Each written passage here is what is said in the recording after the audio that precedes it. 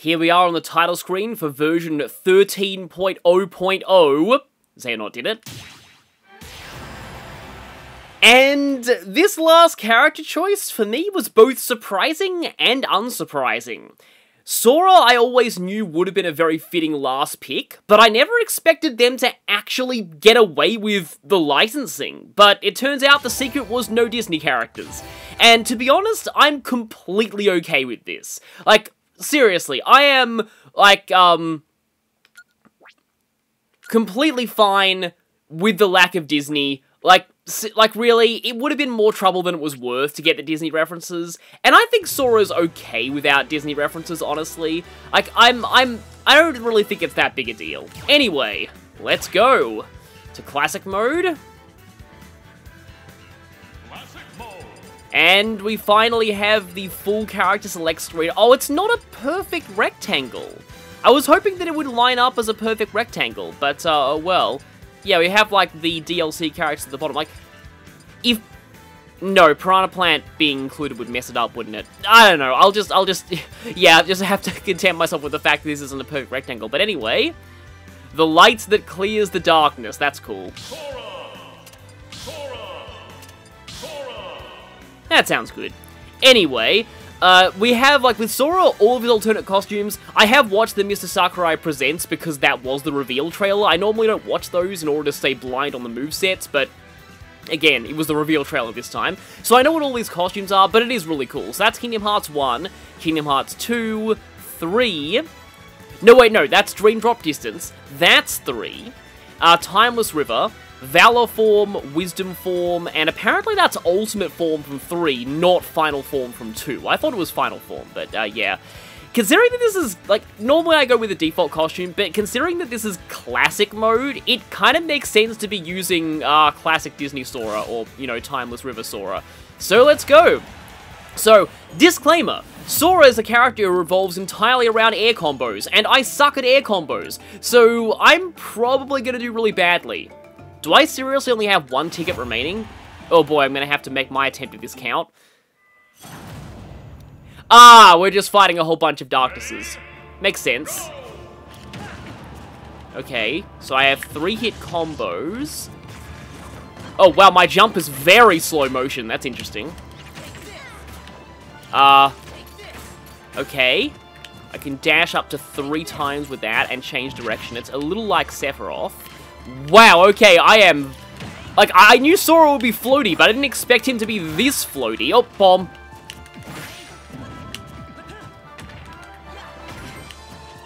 And I do know I have a counter as my down B. Oh, it's a stamina battle, okay. Ow.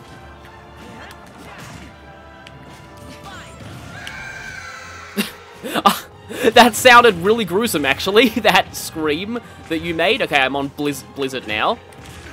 Oh, I was trying to use my up B.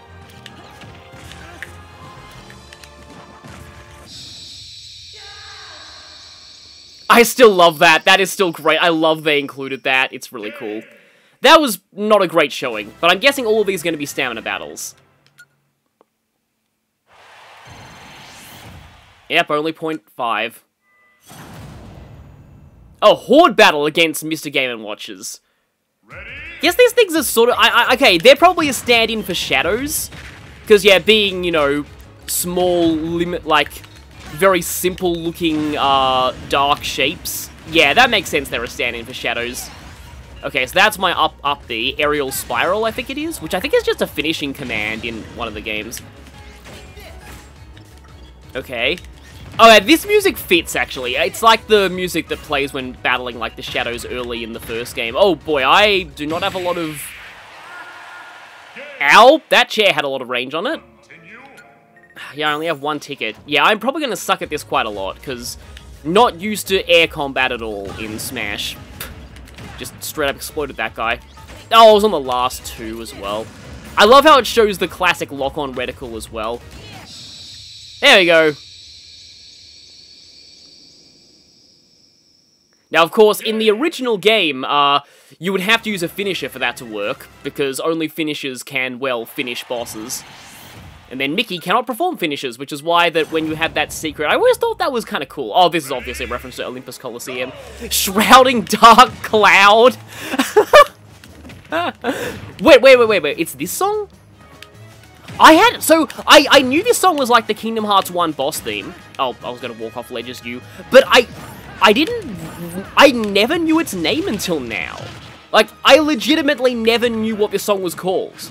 It was just the early game boss theme of Kingdom Hearts 1 to me. In fact, I'm not familiar with the names of a lot of the Kingdom Hearts 1 songs, which is what, Smash takes most of its, Kingdom Hearts representation from. So, yeah, this is gonna be interesting.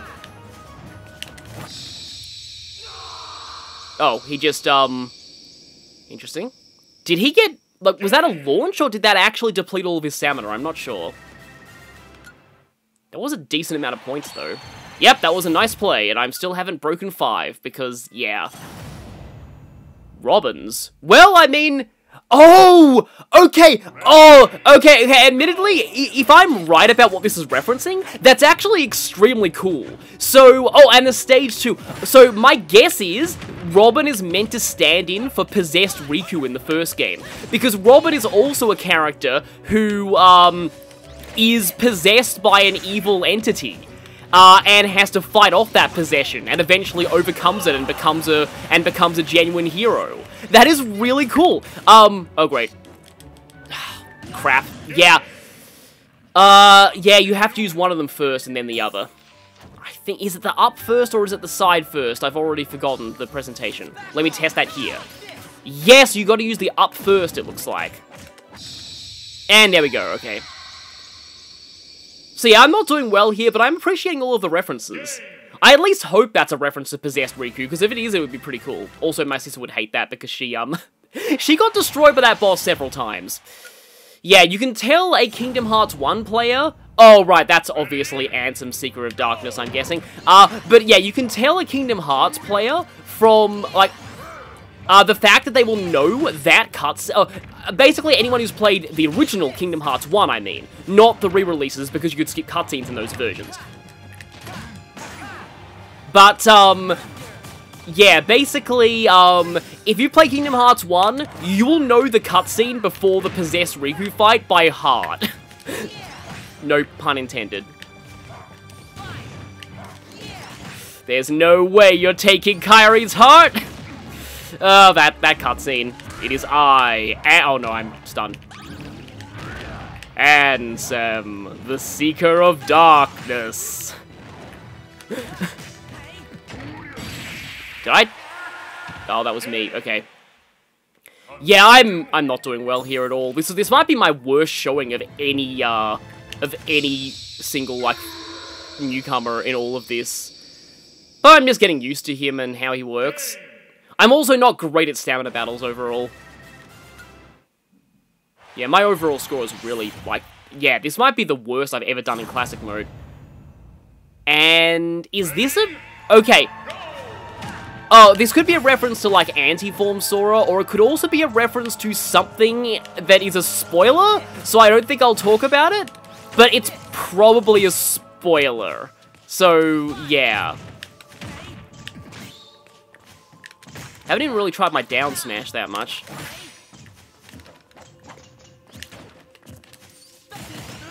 Oh, yep, you got me out of that thunder. Yeah, the counter only blocks from the front, apparently. Which is kind of how it works in the original game. Oh yeah, and he glides for his dash, that's cool. I think that might actually be a reference to, an ability that you can get from leveling up one of the forms in Kingdom Hearts 2. That was, I think, was it Wisdom that gave you that? Like, I know there was one of the forms, oh no, it was Final Form that glides everywhere, but it was one of the forms where you, basically you unlock, like, you can unlock those forms' abilities for regular Sora if you level them up, and, yeah, there's one that's like a really fast movement tool. I believe speedruns go into, Wisdom form just in casual walking sometimes because of how fast it is. But now that we're here, I can just mention something kind of, something that I actually find really amusing about this game. should I say this fighter, is that, basically, it's like it's a recurring, complaint from a lot of Kingdom Hearts speedrunners that the combat in the newer games is quote-unquote floaty. And I love how Sakurai basically took that and made that the entire basis of Sora's playstyle. It's just like the ultimate evolution of that meme. Whether or not those complaints have merit or not, you know, it's arguable. Oh, it's Master Hand again. I was hoping they'd do something besides Master Hand, but at the same time, I couldn't really think of any other boss that would fit Sora. Maybe Marx, but, like, Marx is too Kirby. Oh no, oh no. How ironic that I get stunned by light as Sora.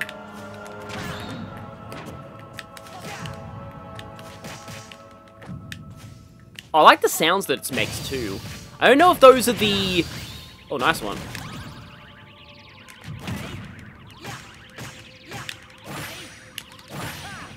Are these the original Kingdom Key sound effects? Because one thing that I thought was added a lot of charm to Kingdom Hearts is just, it's kind of a subtle thing, but one that I thought was actually quite a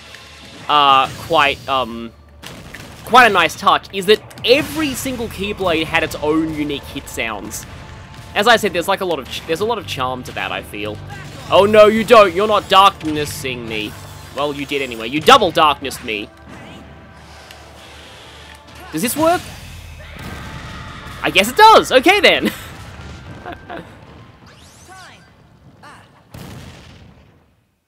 And yeah, Sora is voiced just using stock footage, but I think that's okay. And like, his back-off voice clip, honestly, is just always so iconic to me. Every time I hear that, I just know I'm in Kingdom Hearts. That was...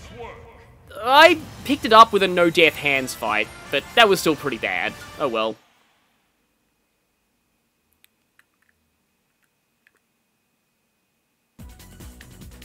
Oh god. The Gummy Ship music for the credits, that's perfect. Okay, yeah. This might be my favorite credits music choice of any of the DLC fighters. This is so good. Yeah.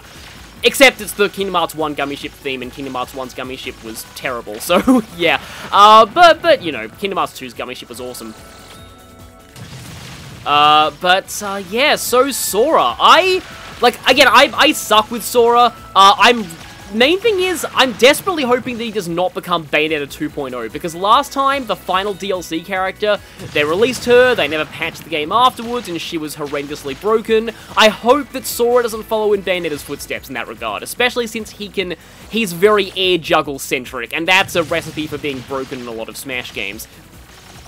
But at the same time, I think Sora was, he was a great pick for the last one, and it seems like he's been received pretty unanimously well. From what I can tell, the only people who are salty are Waluigi fans, and maybe some heavy fans from Team Fortress 2. But other than that, I know that Crash Bandicoot was my dream pick.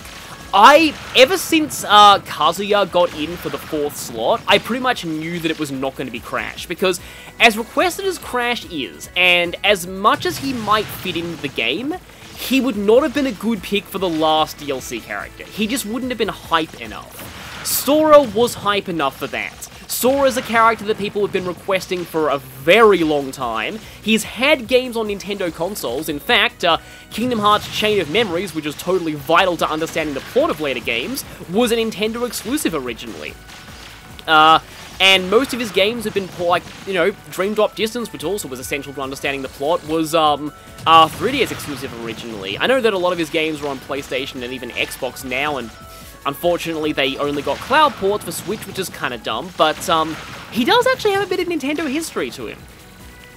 And yeah, he does, fit with the game in a lot of regards. He is another, technically the 4th Square Enix representative, although again, Sora is technically more of a Disney character than he is a Square Enix character. They had to credit Disney when he appeared in World of Final Fantasy, apparently. But, I like his inclusion overall. Yeah, the main criticisms that I've seen are the fact that Sora without the Disney does feel a little generic, but I don't think I really agree. I think that at this point, the Kingdom Hearts original content has just become, has grown in its... Oh, that's actually great. That's nice. Has sort of grown to the point where it can very easily stand on its own, even without the Disney references. So I think it's fine, honestly. So that really sucked. But hey, there's Kingdom Hearts 1 Sora with his stock art. What the heck is that from? I think that's a new spirit that's been added. Like, there's so many spirits that I still don't have. And speaking of spirits that I don't have, I'll be doing the spirit board next. But first, let's have a recap of all of the DLC, my DLC scores in reverse order. So, Sora, 6.7. Kazuya, 8.4. Pythra, 7.9. Sephiroth, 9.5. Wow. Steve, how did I 9.1 Steve? Min Min, 8.5, Byleth, 8.6, Terry, 8.1, Banjo-Kazooie, 8.2, Hero, 7.1, and Joker, 8.9. Wow, that was a very, very bad classic attempt with Sora, but I guess that's, how it'll go. I mean, I beat Piranha Plant, at least. Yeah, I think he's bottom 2 of all my classic mode clears, which is embarrassing, but, that was just, you know, it was... The main focus of this was to show me reacting to his moveset and using him for the first time. Again, I'm really bad at air combat in Smash, so I'm probably not going to be good with Sora at all. That was the wrong thing, because I need to go into Spirits, because we're going to be doing a Spirit Board next. And I guess we can get a bit of a sneak preview here. I actually hope that the music here doesn't get copyright hammered, because Kingdom Hearts has a tendency to do that. It's kind of fitting for Karu to be the weakest spirit here, I'm so sorry. A lot of fairly easy spirits, it looks like. But anyway, we'll be doing that next time, so I'll see you back here for that, but until now, this has been my first experience with Sora.